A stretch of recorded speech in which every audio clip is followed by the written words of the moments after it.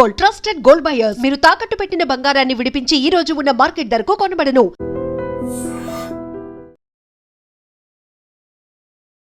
నమస్తే, welcome to I dream talking point with కవిత.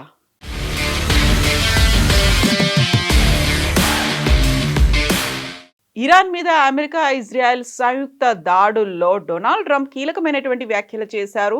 ఇప్పుడు ఇది 5వ వారం కంటిన్యూ అవుతోంది. ఇంకొక 2-3 వారాలు భీకరమైనటువంటి యుద్ధం జరగబోతోంది అనేది అమెరికా అధ్యక్షుడు డొనాల్డ్ ట్రంప్ అనౌన్స్ చేశారు. ఈ యుద్ధ నేపథ్యంలోనే వార్ఫేర్ అనేది కొంచెం దారి మళ్ళింది. అది ఇప్పుడు సైబర్ వార్ఫేర్గా కూడా మారబోతోంది అనేటువంటి వార్తలు వినిపిస్తున్నాయి. క్షిపణులతో పాటుగా సాఫ్ట్వేర్ కోడులతో కూడా యుద్ధ క్షేత్రం ఇప్పుడు డిజిటల్ రంగానికి మారింది. సైబర్ వార్ఫేర్ జరగబోతోంది అనేటువంటి వార్తలు వినిపిస్తున్నాయి. యుద్ధం అంతకంతకు విస్తరిస్తోంది. ఇప్పటికే చమురు, గ్యాస్ సంక్షోభాన్ని ప్రపంచం ఎదుర్కొంటోంది. దీని ప్రభావం మరిన్ని రంగాలకు విస్తరించి ప్రపంచం మొత్తాన్ని అల్లకల్లోలంగా మార్చే ప్రమాదం ఉంది అనేటువంటి అనాలిసిస్లు ఉన్నాయి. యుద్ధం సముద్ర అంతర్భాగంలో ఉన్నటువంటి ఇంటర్నెట్ కేబుళ్లకు ముప్పుగా మారుతుందనే ఆందోళనలు కూడా వ్యక్తమవుతున్నాయి. ఇదే జరిగితే భారత్లో ఇంటర్నెట్ సేవలకు అంతరాయం తప్పదని నిపుణులు హెచ్చరిస్తున్నారు. దీంతో ప్రపంచానికి సరికొత్త ప్రమాదం పొంచి ఉందనే ఆందోళనలు వ్యక్తమవుతున్నాయి. హర్ముజ్ జలసంధి, ఎర్ర సముద్రం నుంచి వెళ్తున్న ప్రపంచ ఇంటర్నెట్కు కీలకమైనటువంటి సబ్మెరైన్ ఫైబర్ ఆప్టిక్ కేబుల్స్ భద్రతలపై నీలినీడలు కమ్ముకుంటున్నాయి. ఇంటర్నేషనల్ టెలికమ్యూనికేషన్ యూనియన్ ప్రకారం ప్రపంచ ఇంటర్నెట్ ట్రాఫిక్లో 99% ఈ కేబుళ్ల ద్వారా జరుగుతుందంటేనే వీటి ప్రాముఖ్యత ఎంత ఉందో అర్థం చేసుకోవచ్చు. ఈ ఆధునిక సమాచార యుగంలో సముద్ర గర్భ కేబుళ్లు డిజిటల్ అనుసంధానానికి బలమైనటువంటి పునాదిగా మారాయి. దీంతో పాటుగా టెక్ దిగ్గజాల మీద కూడా దాడులు జరుగుతున్నాయి.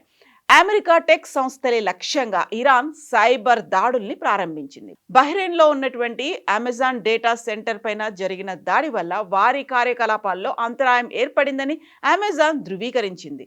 దీంతో పాటుగా దుబాయ్లో ఉన్నటువంటి ఒరాకిల్ కార్యాలయం మీద కూడా దాడి జరిగినట్లు వార్తలు వచ్చాయి.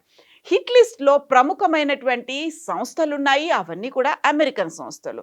ప్రముఖంగా అమెరికన్ ఆర్టిఫిషియల్ ఇంటెలిజెన్స్ కంపెనీలే గల్ఫ్ దేశాల్లో తమ దాడుల లక్ష్యాలను గుర్తించడంలో కీలకంగా ఉన్నాయని ఇరాన్ ఆరోపిస్తుంది.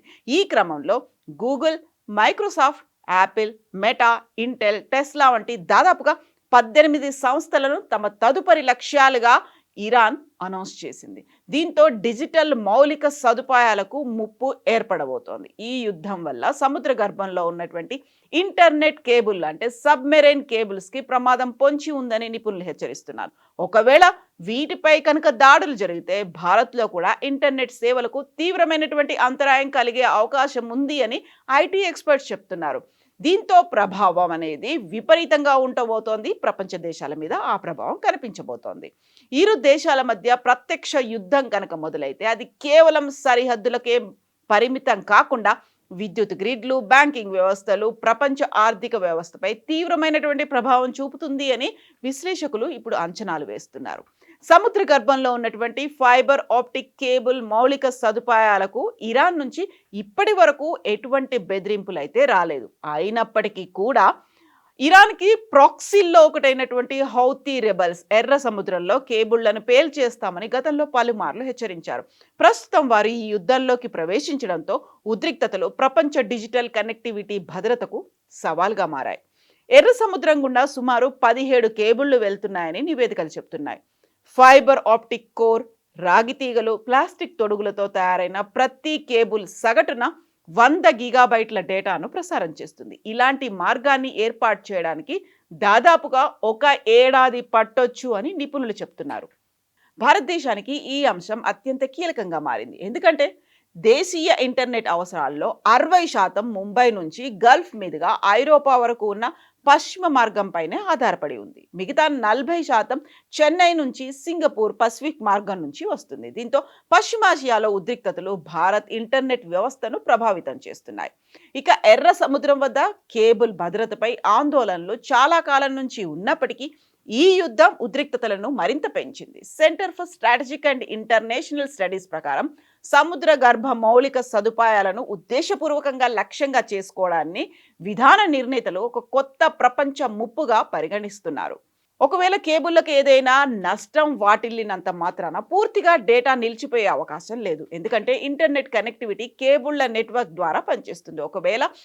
ఒకవేళ ఒక కేబుల్ మూసుకుపోతే ట్రాఫిక్ మరొక దాని ద్వారా మళ్లించవచ్చు. అంటే డైవర్ట్ అవుతుంది. కానీ టెలికాం కంపెనీలపై అదనపు భారం పడడమే కాకుండా సేవల నాణ్యత కూడా తగ్గిపోతుంది అనేటువంటి అంచనాలు, ఒక భయం, ఆందోళన కూడా మొదలవుతోంది. ఒక మార్గంలో కేబుల్ ట్రాఫిక్‌ని మరో మార్గానికి మళ్లించడం వల్ల ఒత్తిడి అనేది పెరుగుతుంది. అంటే దాని మీద ఎక్కువ బర్డెన్ అనేది పడుతుంది. ఆర్థిక లావాదేవీలు అంటే ఇప్పటిదాకా మనం ఆన్‌లైన్ చెల్లింపులు డిజిటల్‌గా జరుగుతున్నాయి. బ్యాంకింగ్ లావాదేవీలతో పాటుగా అక్కడ ఎఫెక్ట్ పడుతుంది. బఫరింగ్ వీడియో స్ట్రీమింగ్ జరిగినప్పుడు లోడింగ్ సమయం అనేది విపరీతంగా పెరుగుతుంది.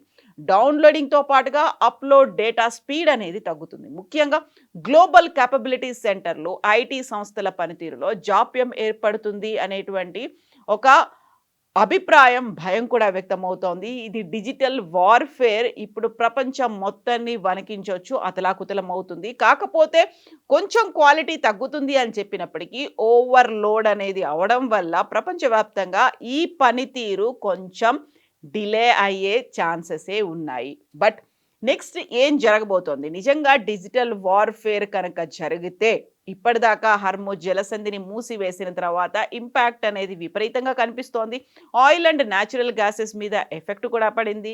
ఇంకొక వైపు ఫర్టిలైజర్స్ కూడా ఎఫెక్ట్ పడింది. ఇప్పుడు ఇది కనుక జరిగితే డిజిటల్ రంగం కావచ్చు, ఆన్‌లైన్‌లో జరిగేటువంటి ఆర్థిక లావాదేవీలు కావచ్చు, పనితీరు కావచ్చు, డేటా సెంటర్లు కావచ్చు, క్లౌడ్ సెంటర్లు వీటన్నిటి మీద ఇంపాక్ట్ అనేది ఉండబోతుంది. మరి రాబోయేటువంటి 2-3 వారాలు భీకరమైనటువంటి దాడులుంటాయి. అమెరికాను పాత రాతి యుగానికి తీసుకెళ్తాము అని డొనాల్డ్ ట్రంప్ అంటున్నప్పుడు, ఇరాన్ చూస్తూ అయితే ఊరుకోదు. ఎలాంటి అటాక్ చేయబోతోంది? అది ఎవరి మీద ప్రభావం చూపబోతోంది? ఇదే ఒక క్వెషన్ మార్క్‌గా మారింది. మీరేమనుకుంటున్నారో కామెంట్స్ రూపంలో తెలియజేయండి.